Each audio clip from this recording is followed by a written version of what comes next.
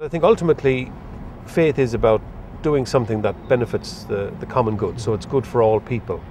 Unfortunately, because of the misinterpretation of the Quran, some verses, and the misinterpretation of the sayings of the Prophet, people, try to show Islam as a religion of terrorism, which is absolutely wrong. Islam is now perceived as a religion of terror, and many feel that the media industry is very much to blame for this misconception.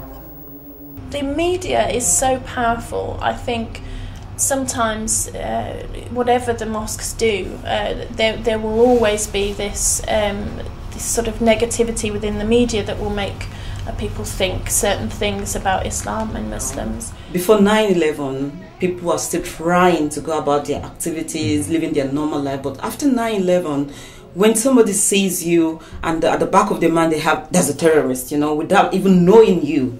So I think it has gotten worse. A lot of people are trying to change their ways or trying not to be associated with some people.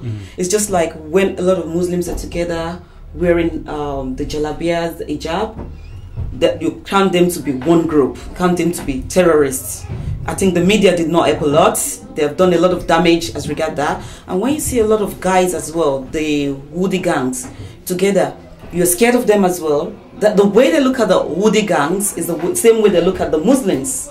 You just believe that, these are the terrible people. But people out there will look at TV and believe every single thing they hear and literally take it word for word. So this is the damaging thing. And unfortunately, for example, Channel 4, where they do it in a tricky way. We're helping you Muslims by showing documentaries of how you do this, how you do that. But on the side, there's subliminal messages that are attacking us.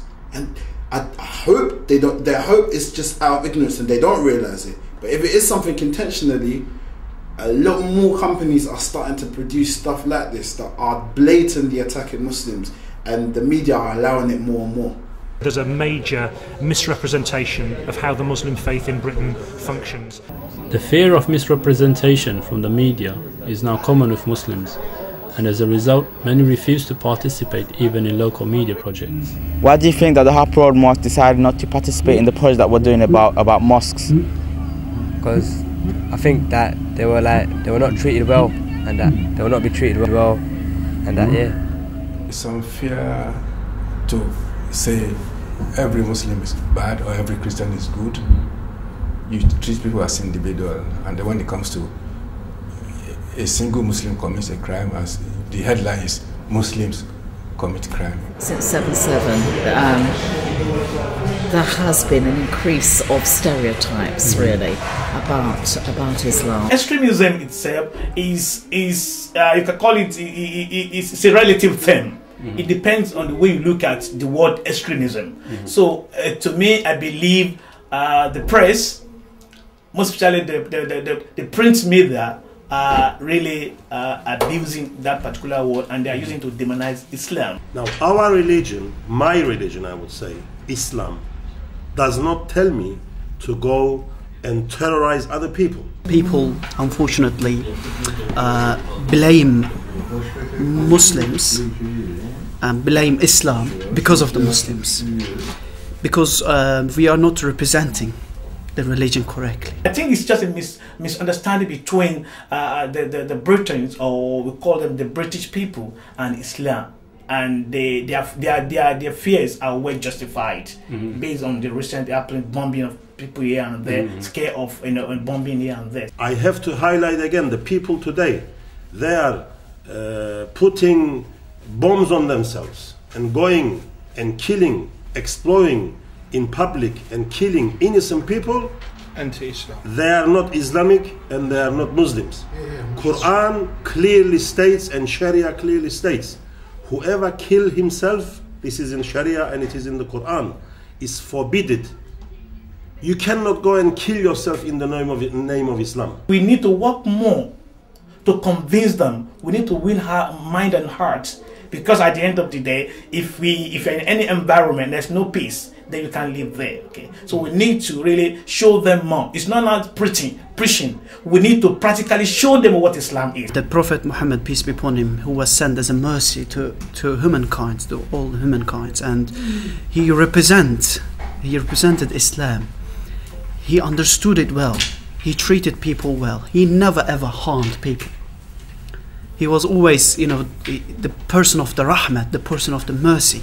Allah says in the Quran that we cannot take a life that we cannot create. That's number one. Number two is suicide bombing is alien to Islam. It was never practiced at the time of the Prophet ﷺ. It's something very new, and it is wrong for a Muslim to take his own life, talk about taking another person's life.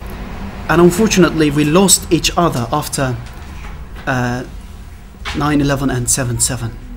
It's going to take maybe 2 or 3 generations to recover. What we have to do is we have to come together and say that this is not the real religion of Islam, which is, the name comes from salam, means peace.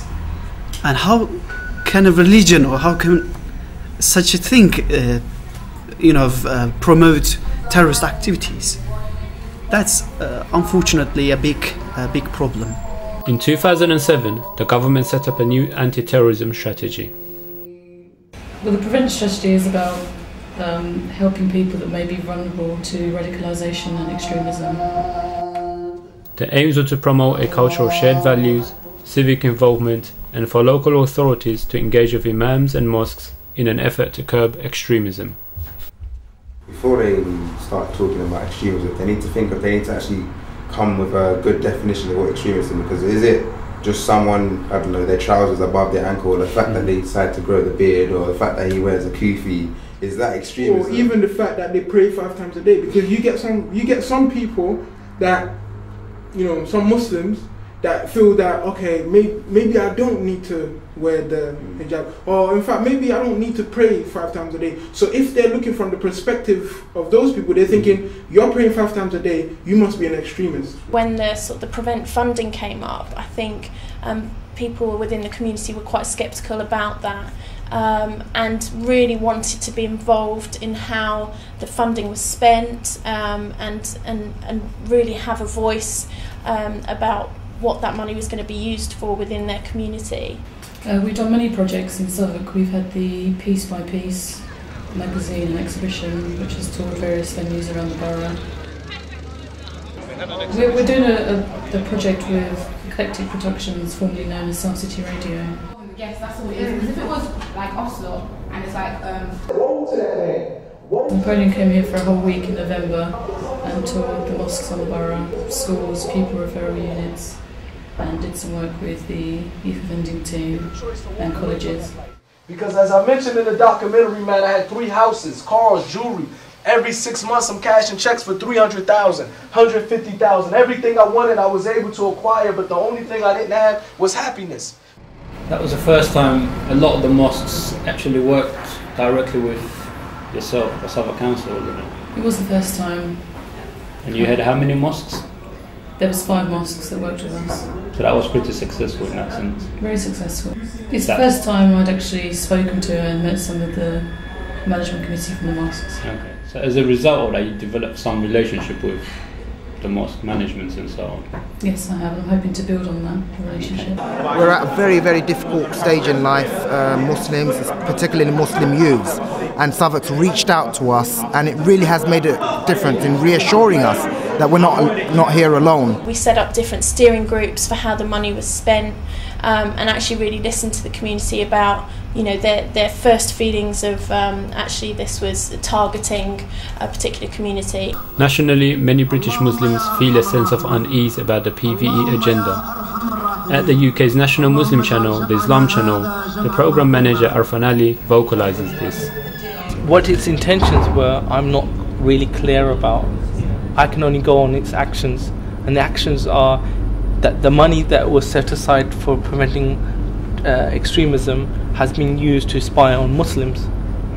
I think that the Muslim community may feel that way because it is a project that does seem to, it's a strategy that seems to focus purely on the Muslim community, when really it's all about all different types of extremism as well. You also have right-wing extremism and, in a sense, animal rights extremism too.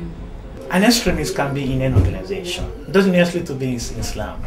As an extremist, you can be an extremist in any of your chosen area. So we know about British National Party, for example. We have a lot of extremists there. If you want to engage, get the Muslim community on board with you. Don't do it this way, which is to throw money at some silly causes and then use that money to spy on the Muslims. No one's going to really like that. No one likes to be spied on. So, to be honest with you, the whole policy is flawed. The very name preventing violent extremism has caused problems for Muslim communities, as well as people like ourselves who are happily working with Muslim communities. That's why in Southwark we've chosen to call it the Safer Communities Programme rather than the Preventing Violent Extremism Programme. For the police, preventing violent extremism is part of a much wider policing strategy. If it was just about preventing radicalisation at the end around violent extremism, then that fits in with the rest of my agenda, which is around young people not being radicalised into gang culture, not being radicalised into organised criminal networks, not being radicalised into the drugs trade, not being radicalised into perhaps human trafficking and things like that. All of those things are on my agenda, and violent extremism is just one part of that. Some Muslims are still unaware of the Prevent agenda, though they themselves are active in Southwark, such as the Youths for Muslim Association of Nigeria. Yeah, but some of you, Muhyiddin, are not helping out. They haven't reached out to us to know. It's vice versa as well. We haven't found out. Do they do anything? For example, when you said prevention of violent extremism. See, I don't know. I personally don't even know myself. I haven't heard of it. So, but definitely it's something that they do this type of thing. So we wanna get them involved in our, we want to do our bit. We want to do our bit to know that at least we've done our bit to try to integrate with the society and let them know what we really are about. In November 2009, Man Youth Wing did work with Southwark Council in hosting a visit by Napoleon to the Old Kent Road Mosque. And in 2010, they also helped organise the first ever Eid festival in Southwark. After a period of real tension in the late 80s, as much racial as faith, I think people have learnt the benefit of this huge, broad community and of living together, and the tension levels normally have dropped right down again, which is fantastic. Majority of Muslims recognise that the UK is very tolerant of Islam and are proud to be living in this country. In this country, I find myself more comfortable, more free to practice my religion, as long as I am practicing my religion the way the religion is telling me to practice. What I could say is, Bismillah, people that live in London, we are more tolerant towards each other, be English, be Turkish, be African, be Chinese, because we all see each other, we all mingle with each other, we work, socialise, we have more mutual respect for each other. And I do respect, we do respect that, which is a good thing in London. But the further you go out, it becomes a bit more intense with just a little bit. Some people, it's just a bit of ignorance.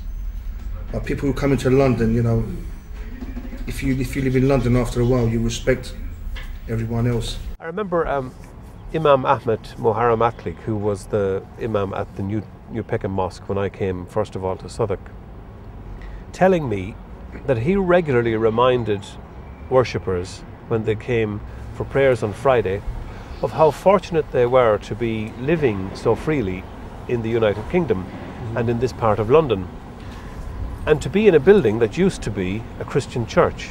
He wasn't sure that the same kind of thing would happen in Turkey, so he said that he was regularly reminding worshippers coming to the mosque to be grateful for how open and how welcoming and accepting a society and a place Southwark and the rest of London is, and that therefore that kind of should give us the impetus, as it should give the impetus to Muslims, to be involved, to engage with the communities around them. We never make politics here. We are proud of the under English government, our Queen. We accept them, you know, as we are living in this country. If we do like integrate more into our community and let people know who we are and let people know why we do what we do, it's just all about tolerance. Like, we're not trying to instill our views in them. Like, it would be good if they were Muslim, but we're not trying to force anybody to be Muslim. But if you just show them like how to tolerate us, and I think that's the easiest way to